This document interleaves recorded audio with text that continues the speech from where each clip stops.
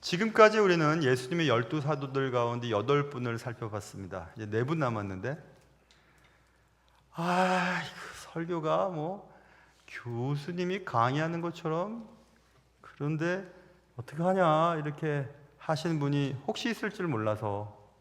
그런데 이럴 수밖에 없어요. 왜냐하면 오늘 우리가 살펴볼 4분 남은 분들 중에서 3분을 살펴볼 텐데, 왜 그동안은 2분 이렇게 함께 묶어서 사용했는데, 설교했는데 오늘은 또 3분입니까? 그것은 오늘 살펴볼 알페오의 아들 야고보와 셀롯이라는 시몬, 야고보의 아들 유다, 이 3명에 대한 성경의 기록이 거의 전무합니다. 거의 내용이 없어요. 근데 내용이 없는 분들을 그럼 어떻게 하면 좋을까? 그건 외부의 자료들, 흔적들, 그리고 구전들, 전통들, 외경들을 살펴보므로 이분들을 이렇게 조합해 내는 겁니다. 그래서 오늘은 3분에 대한 이야기를 하고, 다음 주는 이제 마지막 가룟 유다. 가룟 유다는 제법 성경의 내용들이 많으니까 한 분 설교하면 되겠다 이렇게 생각이 들었습니다. 그래서 성경의 내용이 거의 없는 사도들에 대한 이야기를 하려면 외부적인 이야기를 할 수밖에 없거든요. 그래서 1부 때도 설교를 이렇게 마치고 이게 무슨 강의 같은데 하고 그런 마음을 가지고 저 인사하는데, 어느 권사님이 목사님, 저는 목사님이 그렇게 설교식으로 강의식으로 설교하는 거 다 알아들어요 막 그러더라고요. 제가 권사님은 머리가 좋아서 그래요 그랬더니 그렇다고 하면서 가셨어요.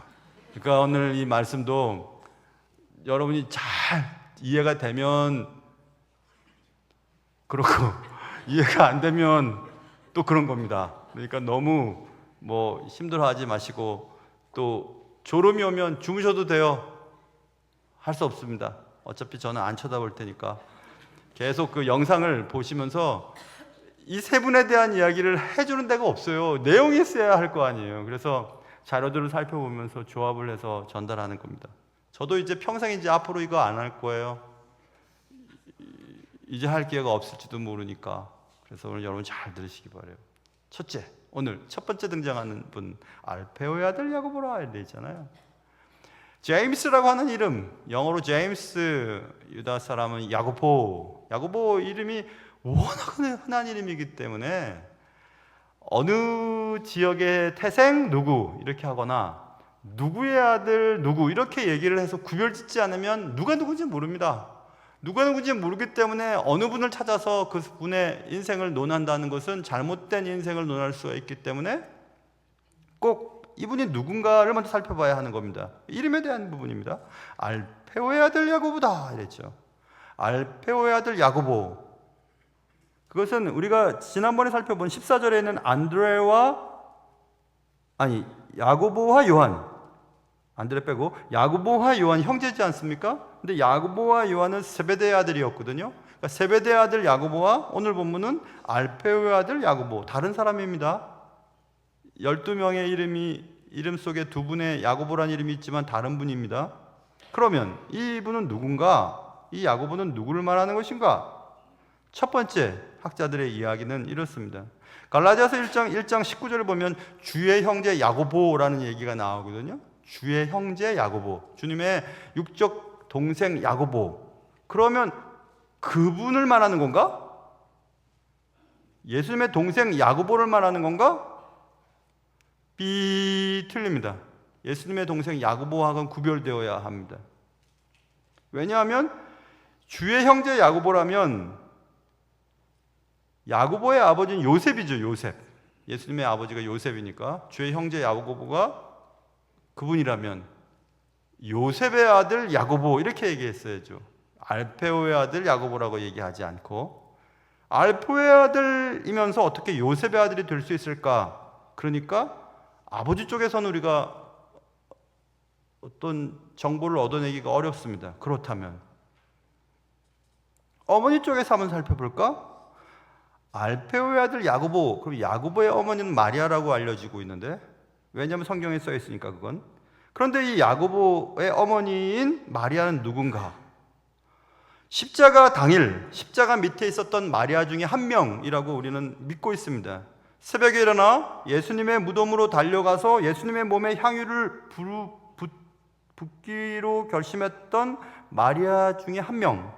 그것도 그래 맞아. 그 마리아가 있었지. 천사들로부터 부활 소식을 전달받은 막달라 마리아, 그리고 다른 마리아, 야고보의 어머니 마리아라고 기록되어 있거든요. 그러니까 야고보의 어머니 마리아가 오늘 알페오의 아들 야고보, 그 야고보를 말하는 것인데, 그 어떻게 증거가 뭡니까? 그 증거는 외부의 자료를 통해서 알 수 있습니다.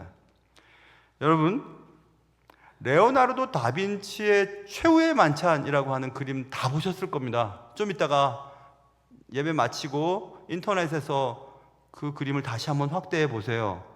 예수님이 앉아 계시고 양쪽으로 제자들이 있는데, 예수님이 앉아 계신 쪽에 왼쪽 편에 제일 가까운 쪽에 이렇게 하는 분이 계세요. 그분은 도마가 틀림없죠. 손가락으로 넣어보고 내가 예수님인 줄 알겠다 했던 도마 바로 옆에 예수님보다 더 예수님처럼 생긴 분이 하나 그려져 있어요. 예수님처럼 똑같아요. 아니, 예수님보다 더 잘생겼습니다. 예수님 하면 보통 머리가 굽실굽실하고 얼굴이 막 멋있고 코가 오똑하고 막 그런, 예수님보다 정말 예수님처럼 닮은 분이 한 분 거기 있거든요. 그분이 누구냐 하면 오늘 알페오의 아들 야고보예요. 전승에 의하면, 기록에 의하면 12사도들 가운데에 알페오의 아들 야고보의 외모, 목소리, 신장, 성격 비슷했답니다. 그래서 겟세마네 동산에서 가룟 유다가 군인들과 약속을 먼저 하죠. 내가 입 맞추는 그 사람이 바로 그 사람입니다. 그 사람 잡으십시오. 이런 얘기합니다. 아니, 머리 이렇고 키 이 정도고 얼굴 생김새 얘기하면 그 사람 잡으면 되지, 굳이 입 맞추면서 이 사람이 그 사람이라고 왜 얘기할까? 12명의 사도들 가운데 예수님을 닮은, 예수님 거의 흡사한 사람이 한 분 있었는데 그분이 야고보였기 때문에 그렇게 약조를 했다라고 하는 학자들의 이야기를 거의 정설로 믿고 있거든요. 그만큼 야고보는 예수님과 비슷하게 생겼습니다. 그럼 왜 비슷하게 생겼을까? 아까 말씀드린 것처럼 엄마 쪽이 형제예요. 그러니까 둘은 사촌지간인 것입니다. 그러니 외모가 닮았을 확률이 매우 높습니다. 그래서 알페오의 아들 야고보의 엄마는 요셉의 아내인 예수님의 어머니인 마리아의 자매 마리아라고 우리가 보통 믿습니다. 그런 학자들이 한 반쯤 됩니다. 그래서 세모로 정할 수 있어요. 세모. 믿을 수도 있고 안 믿을 수도 있다. 안 믿는 쪽의 학자들은 그럴 수가 있어? 야, 한 집에 말자, 숙자 이렇게 이름 있지, 말자 1, 말자 2가 어딨냐? 야, 한 집에 무슨 마리아라는 이름이 2명이나 있겠어. 그 말도 안 되지. 그렇게 이해하는 학자들의 얘기를 들어보면, 그렇지, 언니도 마리아, 동생도 마리아, 그럴 수가 있어? 마리아 하면 그 다음에 마리나? 마리다? 이렇게 해야지. 이상하잖아? 그래서 안 믿는 학자들도 있습니다. 그럼에도 불구하고 성경의 내용들을 살펴보고 정황들을 살펴보면 알페오의 아들 야고보의 어머니는 예수님의 어머니인 요셉의 아내인 마리아의 자매라고 얘기할 수 있어요. 여러 가지 얘기하니까 슬슬 이제 이상해지기 시작하죠. 무슨 얘기인지 하나도 모르겠다. 그것은 여러분 잘못이 아니에요. 여러분 머리 잘못입니다. 그러니까 너무너무 힘들어하지 마세요. 잘 머릿속에 생각해 보세요. 저는 수학을 전공했기 때문에 이런 어려운 것들이 나오면 일단 노트에 적습니다. 그려놓고 화살표를 적어놓고 이렇게 아니고 이건 이렇고 이렇게 해가지고 머릿속에서 찍어요. 사진처럼 딱 찍어내면 머릿속에 딱 기억이 나거든요.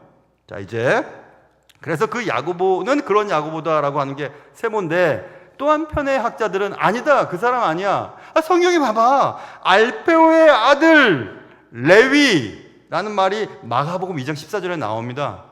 우리가 지난번에 살펴본 마태와 도마 살펴볼 때 마태, 세리, 마태, 레위라고 하는 마태가 알페오의 아들이라고 써있지 않냐. 그러니까 알페오의 아들 레위와 마태 15절에 있는 마태와 알페오의 아들 야고보는 형제지간이겠지. 아버지 이름이 같으니까. 그렇게 또 보는 학자들도 있는데 그것도 B입니다. 왜냐하면 형제들을 거론할 때는 14절부터 베드로와 안드레, 야고보와 요한이 같이 붙여서 서술을 했거든요. 그러니까 만약에 레위 마태와 알페오의 아들 야고보가 형제라면 도마를 뒤에 빼고 알페오의 아들 마태와 야고보 이렇게 하죠. 굳이 마태는 마태대로 기록해 놓고 그 뒤에 알페오의 아들 야고보를 구분지었을 리가 없다 이렇게 얘기를 합니다. 어떤 것을 여러분 선택하시겠나요? 목사님, 솔직히 말해서 지금까지 얘기한 거 다 하나도 못 알아듣겠습니다. 그런 분이 대부분이실 거예요. 그렇지만 이분이 누구 아들인지 어떤 분인지를 알아야 전달되어지는 많은 문서들이나 또 문헌들 가운데 야고보의, 오늘 얘기하는 알페오의 아들 야고보에 대한 자료만 뽑아낼 수가 있는 거예요. 야고보에 대한 자료를 치면 막 섞여버려 있습니다. 누가 누군지 몰라요. 그렇기 때문에 아닌 것을 빼놓고 그럴싸한 것은 잡아놓고 이제 맞춰보는 겁니다. 자, 야고보에 대한 얘기는 처음에 그도 열심당원이었답니다. 다음에 조금 이따가 살펴볼 셀롯이라는 시몬이라는 있잖아요. 15절에 이 셀롯이 열심당원이라는 뜻이거든요. 열심당원, 애국적이고 민족적인 이상주의자였던 열심당원, 힘으로 로마 세력을 몰아내고 다시 다윗의 왕조를 확립하고자 했던 열심당원들, 그 열심당원의 일부분이었다, 일원이었다, 이런 기록이 있습니다. 그러나 그는 열심당원들의 행동, 지침이 너무 유혈적인 사태를 초래하는 것을 보고 실망을 했다. 그래서 오히려 반대쪽으로 갑니다. 그래서 금욕주의자가 되기로 결심했다. 그러니까 행동으로, 힘으로 하나님의 나라를 이 땅 위에 회복해 보려고 하다가 그건 너무 먼 거야. 나만이라도 주님의 나라 가야지 하고 금욕주의로 돌아섰다. 그래서 그는 나시린의 삶을 살았을 것이고 결국 경건주의로 그의 삶의 피난처를 삼았다라고 하는 기록이 있습니다. 그런 기록의 증거가 되는 그의 별명이 지금까지 전해 오는데, 야고보의 별명은 낙타 무릎이었습니다. 낙타 무릎은 굳은 살이 많이 벗겨 있거든요. 낙타는 물건을 내리거나 사람을 내릴 때 무릎을 꿇습니다. 그래서 무릎에 굳은 살이 많이 배겨 있었다. 기도, 경건 생활에 열심을 냈다. 그래서 낙타 무릎이라고 하는 별명을 가지고 있습니다. 그래도 그렇지 막 이런 사람이 어떻게 또 이렇게 경건주의로 빠질 수 있을까? 여러분, 인간 다 그렇습니다. 우리나라도 그렇고 다른 나라의 정치인들이나 또 뭐 지도자급들을 보십시오. 예전에 이쪽에 속했던, 완전히 이쪽에 있던 사람들이 어느 날 이쪽에 가 있는 것을 볼 수 있어요. 극좌에서 극우로, 극우에서 극좌로 막 순간이동을 해버립니다. 그러면 우리는 어떻게 저럴 수가 있지, 사람이? 그런 생각을 하지만 가만히 생각해 보면 누구나 다 똑같습니다. 청년 때 손봉호 교수님의 책 별 수 없는 인간이라고 하는 책을 읽으면서, 그렇지, 인간이 별 수 없지 뭐, 다 똑같지, 누가 누구에게 뭐라고 할 수 있겠어. 다자이 오사무의 인간 실격이라고 하는 책을 여러분 보셨어요? 좀 어둡고 또 오사무가 스스로 일찍 목숨을 끊기 때문에 뭘 썩 좋은 작가라고 말할 수는 없지만 책 자체는 던져주는 바가 크죠. 인간의 본성, 죄, 또 그러하여 발생되는 여러 가지 것들. 근데 그 인간 실격의 영어 제목이 No Longer Human이라고 되어 있어요. 더 이상 인간이 아닙니다.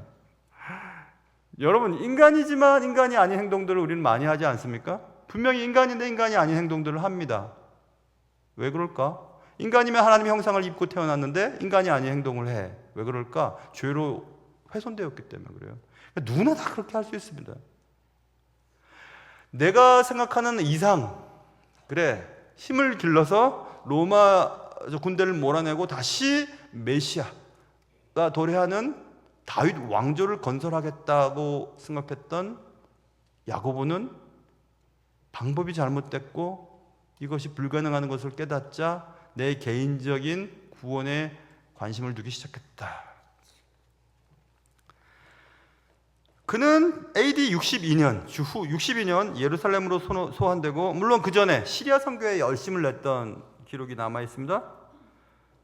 성전 꼭대기에 붙들려 가서 사형 집행관들이 마지막 기회를 주겠다, 공개적으로 예수님을 부인하고 많은 사람들 앞에 예수님이 메시아가 아니라고 부인해라, 그러면 목숨을 살려주겠다라고 부인할 것을 요구받았습니다. 그때 야고보는 거절을 하고 예수님은 나의 하나님이시고 하나님의 아들이시고 메시아다 라고 소리를 질렀고, 그 소리를 듣던 사형 집행관은 성전 꼭대기에서 밀어서 던져버렸습니다. 그러나 죽지 않고 다리가 부러졌습니다.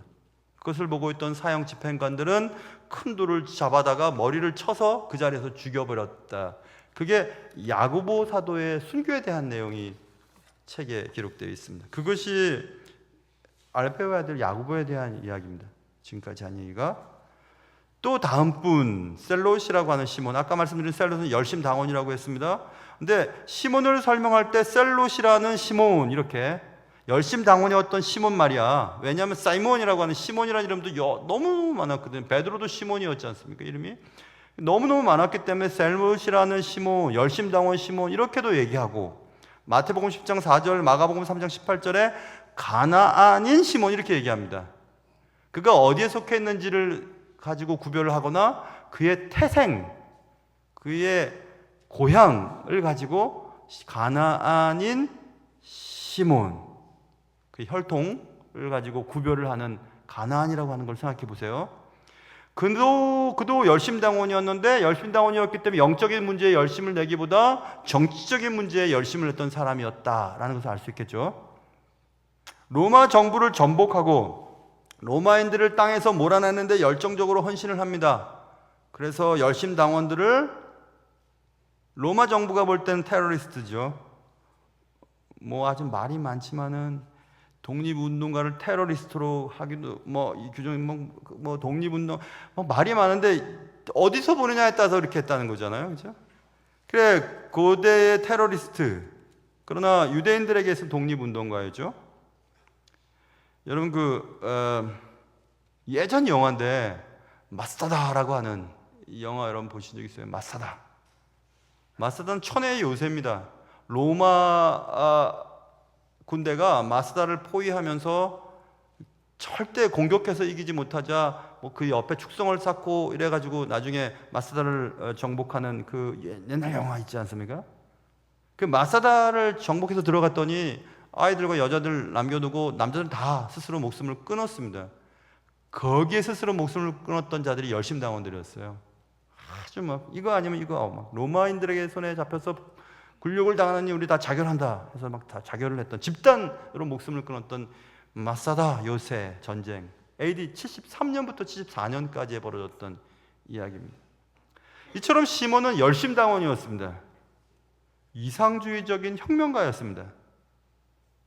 그렇지만 그는 민족주의자는 아니었습니다. 아까 말씀드렸죠. 가나안인 시몬, 정통 유대인이 아니었으니까 정통 민족주의자라기보다는 열심당원을 통해서 열심당원의 삶을 살면서 자신이 생각했던 이상주의를 실현하고자 하는 그런 행동을 했던 자였다.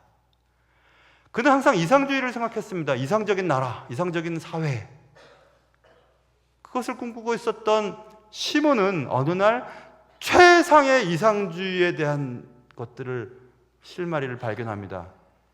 예수님의 말을 통해서, 예수님의 삶을 통해서 그것을 발견하고, 특별히 가나 혼인잔치에서 물로 포도주를 만든 놀라운 능력을 가진 예수님의 능력을 바라보고, 칼보다 더 큰 힘을 가진 예수를 추종하고 따르는 것이 자기가 생각했던 이상주의적인 나라를 만들어가는 일을 속히 이룰 수 있겠다는 생각을 가지게 되었다, 이렇게 기록이 되어 있습니다. 그래서 그는 예수님의 제자가 되었습니다. 그의 성품답게 열정적이었던 시몬은 예수님이 천국 가신 이후에, 승천하신 이후에 선교에도 매우 열심을 내었습니다. 그래서 아프리카 대륙의 이집트 땅, 그리고 구레네 섬, 키프로스, 아프리카 전 지역, 마르타니아, 리비아, 영국까지 선교했던 자로 기록되어 있습니다. 영국에 복음을 전한 사도, 최초의 사도 시몬입니다.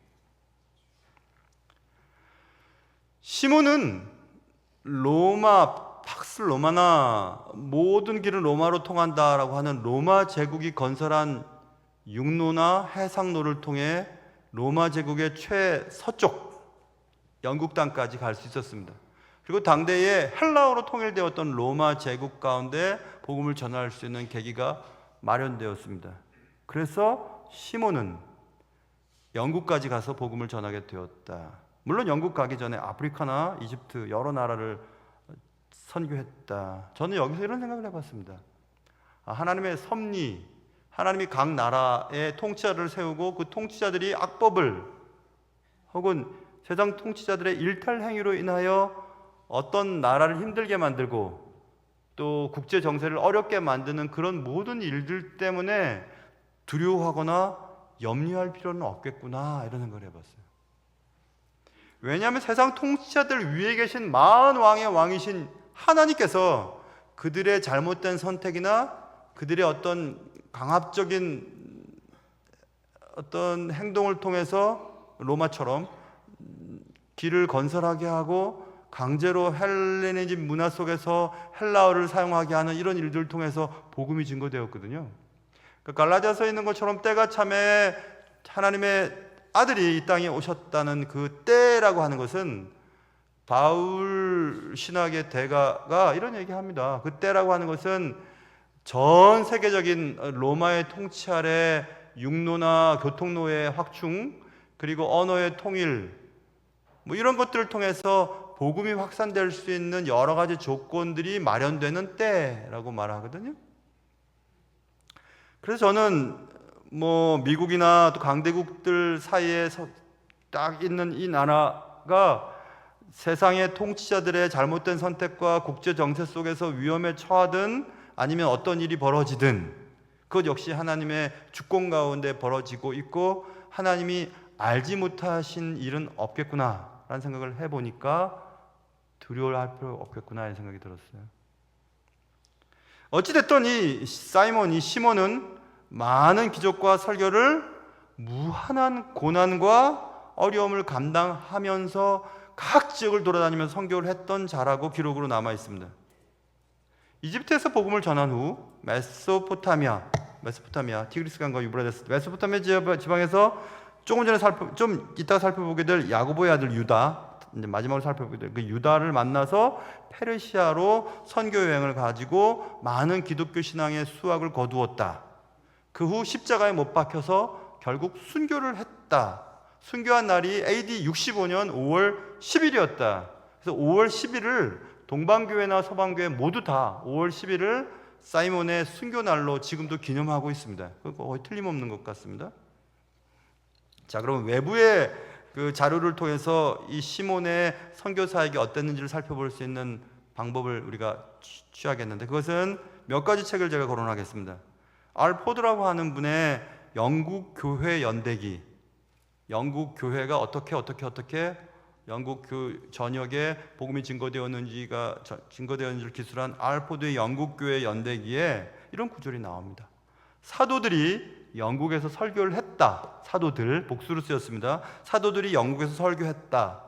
그 다음 절, 사도가 영국에 왔었다 이렇게 써 있어요.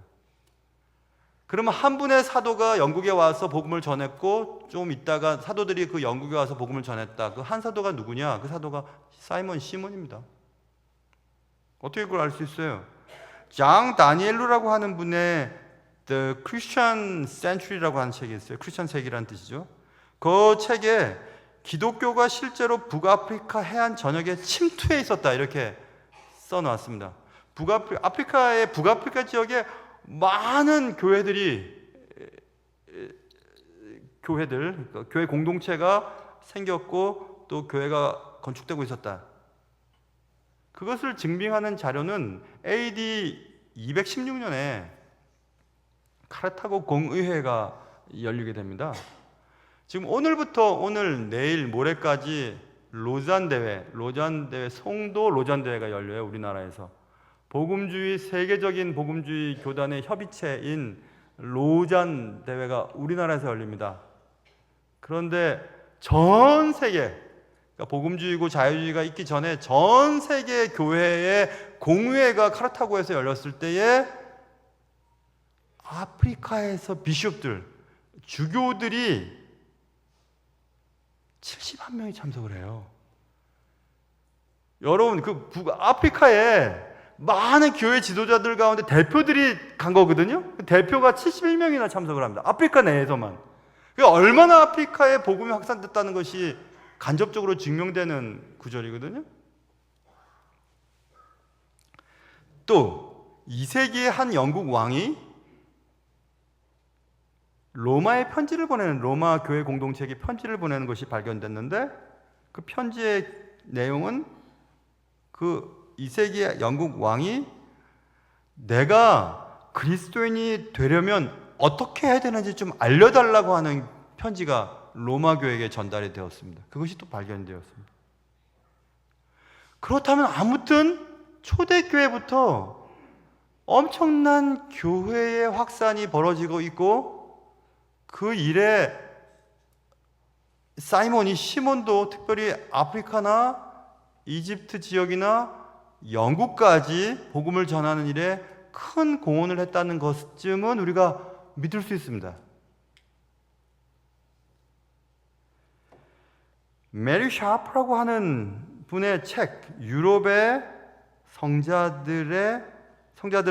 성자들을 보기 위한 여행 가이드라고 하는 책이 있는데, 그 책 직접 제가 보지 못해서 다른 책에서 봤어요. 그 책에는 시몬, 이 셀롯이라고 하는 시몬과 금방 이제 살펴보게 될 야고보의 아들 유다의 죽음에 대해서 정확하게 기록되어 있는데, 시몬은 톱에 의하여 죽었고 유다는 창에 의하여 죽임을 당했다라고 정확하게 기록이 되어 있답니다. 그게 셀롯이라고 하는 시몬의 삶이었고 죽음이었습니다. 자, 이제 세 번째 인물입니다. 세 번째 인물은 야고보의 아들 유다. 분명히 성경 기자가 유다라고 말하면 헷갈리니까 뒷부분에 가론 유다도 있고 유다라는 이름이 얼마나 또 흔합니까? 그러니 야고보의 아들 유다라고 하니까 우리는 야고보가 누군지 살펴봐야 합니다. 그래야 유다가 어떤 성격인지 알 수 있으니까, 그리고 그에 관한 기록만 뽑아낼 수 있으니까. 검색을 쳐서 하고 유다만 치면 5개 나옵니다. 그게 어떤 게 유다에 대한 얘기인지 알 수가 없어요. 그래서 유다의 아버지를 살펴보는 겁니다. 그러면 유다의 아버지가 야고보인데, 이 야고보가 너무도 또 이름이 많은 이름이니까 그럼 야고보가 누구지? 야고보의 아들이라고 그랬는데, 그런데 딱 우리가 살펴보면 14절에 야고보와 요한, 세베대의 아들인 야고보와 요한의 야고보가 나오잖아요. 그렇죠? 그러면 이 야고보의 아들이란 말인가? 앞에서 말했던 야고보를 거론했으니까 그 야고보의 아들이라는 말인가? 아니면 조금 전에 살펴본 알페오의 아들 야고보, 이 야고보를 말하는 것인가? 도대체 누구지? 아니면 주의 형제 중에서도 야고보가 또 있거든요. 그럼 주의 형제 야고보를 말하는 것인가? 먼저 알페오의 아들, 조금 전에 얘기했던 알페오의 아들 야고보와 이 야고보의 아들 야고보는 부자지간일 수가 없어요. 왜냐하면 시대가 안 맞거든요. 너무 동시대 사람이고 너무 나이가 비슷한 것 같아요. 그건 뺐습니다. 뺐습니다. 그럼 주의 형제 야고보인가? 그것도 아닙니다. 그렇다면 주의 형제 야고보라면 요셉의 아들 유다라고 하죠. 뭐하러 야고보의 아들 유다라고 하겠어요. 그죠? 아니지. 주의 형제 야고보니까 유다의 할아버지가 요셉이라 이렇게 얘기를 하는 게 더 편하겠죠. 요셉의 손자 유다 이런 게 더 편하겠네. 그럼 금방 알아할 테니까. 그것도 아니니까 이것도 아닙니다. 그러면 남아있는 것은 야고보와 요한이라고, 형제 야고보와 요한, 세베대 아들 야고보. 그럼 이 야고보의 아들인가? 그것은 그럴싸해요. 연령이나 뭐 주변 환경이나 발견되는 자료를 보면 그럴 것을 증명하는 자료들이 꽤나 나오니까, 그래서 그걸 세모로 치면 그렇다면 야고보의 동생이 요한이었잖아요. 그렇죠? 야고보와 요한은 형제니까. 그러면 사도 요한, 사랑의 사도라고 하는 요한은 오늘 지금 마지막으로 살펴보고 있는 야고보의 아들 유다의 작은아버지가 되는 겁니다. 너무 헷갈리죠, 그렇죠? 너무 헷갈리지만 가만히 살펴보면 너무 쉽습니다. 이름이 지금 자꾸 혼동이 돼서 그렇지. 아, 그렇다면 그럴 수 있겠구나. 자, 보세요. 그러면 거기까지가 접고, 그럼 이렇게 얘기해 볼 수 있어요. 전통으로 돌아가 보면 이 마지막으로 살펴보고 있는 야고보의 아들 유다는 바돌로메와 함께 아르메니아 교회를 세운 인물로 기록으로 남아있거든요. 근데 우리가 바돌로메를 공부하면서 바돌로메는 아르메니아 교회에서 추종하고 추앙받는 인물이라고 이미 공부하지 않았습니까? 이게 어떻게 된 거지? 연령을 그리고 기한을 따져보면 알아요. 바돌로메가 아르메니아에 선교한 것은 AD 44년부터 60년까지거든요.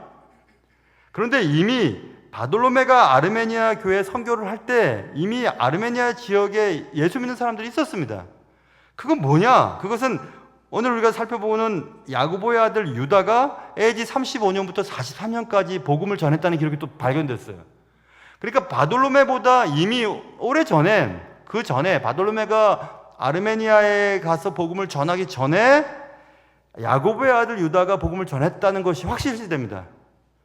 아르메니아는 여러분이 잘 알다시피 팔레스틴에서 위쪽으로 올라가면 티그리스 강과 유브라데스 강이 메소포타미아 위쪽으로 좀 더 올라가면 예전에 소련 연방에 속해 있던 아르메니아 공화국을 말해요. 그 아르메니아 공화국은 이슬람 왕국의 공격을 받고 처절하게 막아내고 뭐 핍박을 엄청 받은 민족입니다. 소련 연방이 해체될 때도 얼마나 고통을 많이 받았는지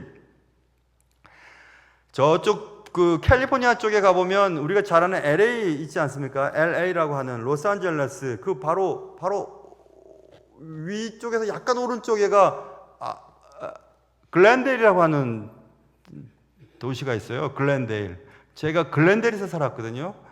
글렌데일 제가 공부할 때만 해도 벌써 오래전 아닙니까? 오래전인데 그때 그 글렌데일의 시장이 아르메니아 사람이었어요. 글렌데일에 아르메니아 사람들이 굉장히 많이 이민이 왔습니다. 그래서 이제 한국 사람들과 백인 사람들이 좀 위로 올라가기도 했습니다. 이사를 가기도 하고 그랬는데 그 바로 글렌데일 바로 옆에가 버뱅크라고 하는 동네가 있어요. 버뱅크는 좀 더 비싼 동네고 좀 고급진데 최근에 제가 버뱅크에서 목회하고 있는 목사님을 통해서 아르메니아 교회의 부흥이 거기서 지금 있어요. 미국 내에. 그래서 그 한인 교회가 건물이 있는데 그 목사님에게 아르메니아 교회 교인들이 예배를 드릴 수 있도록 렌트를 해달라는 요청을 받았다. 이런 얘기를 제가 들었습니다. 그러니까 로스앤젤레스가 있고 글렌데일이 있고 버뱅크가 있고 바로 이쪽에 이제 그 우리가 잘 아는 비버리 힐스가 있어요. 부자 동네잖아요. 이쪽에는 제가 공부했던 파사디나라고 하는 그 플로시나 학교가 있는 파사데나 지역이 있고 거기에 그 정말 좋은 동네에 아르메니아 사람들이 아주 신앙에 확 불타 있습니다. 그래서 제가 오늘 새벽 예배를 마치고 인터넷에서 찍어봤어요. 현재 아르메니아의 기독교 인구에 대해서 찍어봤더니 물론 아르메니아 사람들은 아르메니아 정교회를 대부분 믿습니다. 그 아르메니아 정교회 대다수의 정교인들과 그 밖에 기독교인들을 더하면 전 인구의 94.8%가 기독교인이에요. 대단한 거지 않습니까? 이 일이 어떻게 벌어졌는가? 그것은 AD 301년 지난번에 바돌로메 얘기할 때 그러니까 4세기 때 이미 아르메니아 공화국은 세계 최초로 기독교를 국교로 택한 나라였거든요. 근데 이게 어디서 왔냐? 이게 그것은 야고보의 아들 유다의 일찍부터 아르메니아의 선교, 그 다음에 바돌로메의 선교, 그 밖에 여러 사도들과 여러 사람들이 선교를 하면서 그렇게 된 것입니다. 저는 그래서 그런 생각을 해봤어요. 그래서 그 아르메니아 사람들에게 있어서 이 야고보의 아들 유다는 이런 별명이 있답니다. The first illuminators of Armenia 이렇게 되어 있어요. 아르메니아의 첫 번째 조명자. 그러니까 선교 복음의 불빛을 처음 비친 자라고 여겨집니다. 아르메니아 사람들에게 이 야곱의 아들 유다가, 아까 말씀드린 지금 현재도 미국 내에서 어떤 한 지역의 그리스도 공동체가 이제 예전에 한국 이민교회처럼 이렇게 막 부흥을 하고 있다는 것을 소식을 접하고, 이 아르메니아 사람들이 갖고 있었던 예수에 대한 열정은 아주 오래전부터 있었다. 그리고 무슬림의 그 공격을 이겨내면서 또 신앙을 지켰던 이들의 이 신앙의 이 힘은 어디서 왔을까? 그것은 시몬, 유다나 또 바돌로메나 그 밖에 주님의 사람들 때문이었다는 것을 알 수 있게 되는 겁니다. 아까 우리가 시몬이 영국, 그리고 또 이 유다가 아르메니아, 여러분 보세요. 시몬이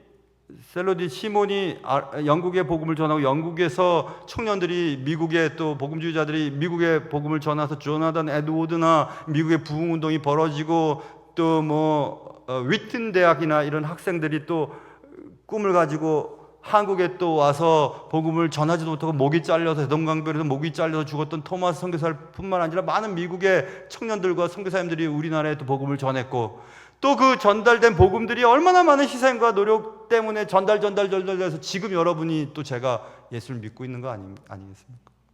모든 것들이 연결되는 겁니다. 지금 우리가 누리고 있는 이 열매는 누군가 씨를 뿌리고 물을 주고 정말 애썼던 사람들 때문에 이런 일이 벌어졌다는 사실을 기억한다면,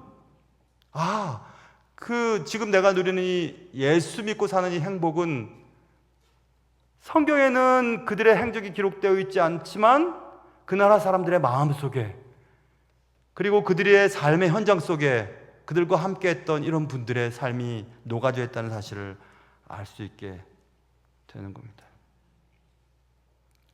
오늘 우리가 살펴본 이 야고보, 알페오의 아들 야고보, 셀롯이라는 시몬, 야고보의 아들 유다는 정말 이름이 낯섭니다. 베드로 정도는 기억이 나고, 요한, 안드레 이 정도는 기억이 나지만 이런 분들은 참 모르겠습니다. 성경에도 그들에 관한 이 기록이 거의 전무하다고 말씀드렸습니다. 그래서 설교를 할 수가 없어요. 성경에 있는 내용을 가지고서는. 그래서 외부적인 자료를 참조할 수밖에 없었던 것입니다. 그들은 정말 무대 위에서 눈꼽만치도 보이지 않습니다. 그럼에도 불구하고 야고보의 행동과 시몬의 헌신과 유다의 그 처절한 복음의 증거는 지금 우리가 혜택을 입고 있지 않습니까? 그들은 그들에게 주어진 사명에 최선을 다했습니다. 무대 위에 올려지든 안 지든, 조명을 받든 안 받든, 성경의 저자들이 그들의 사역들을 기록하든 안 하든 상관없습니다. 그들은 주어진 사명에 열심을 냈습니다.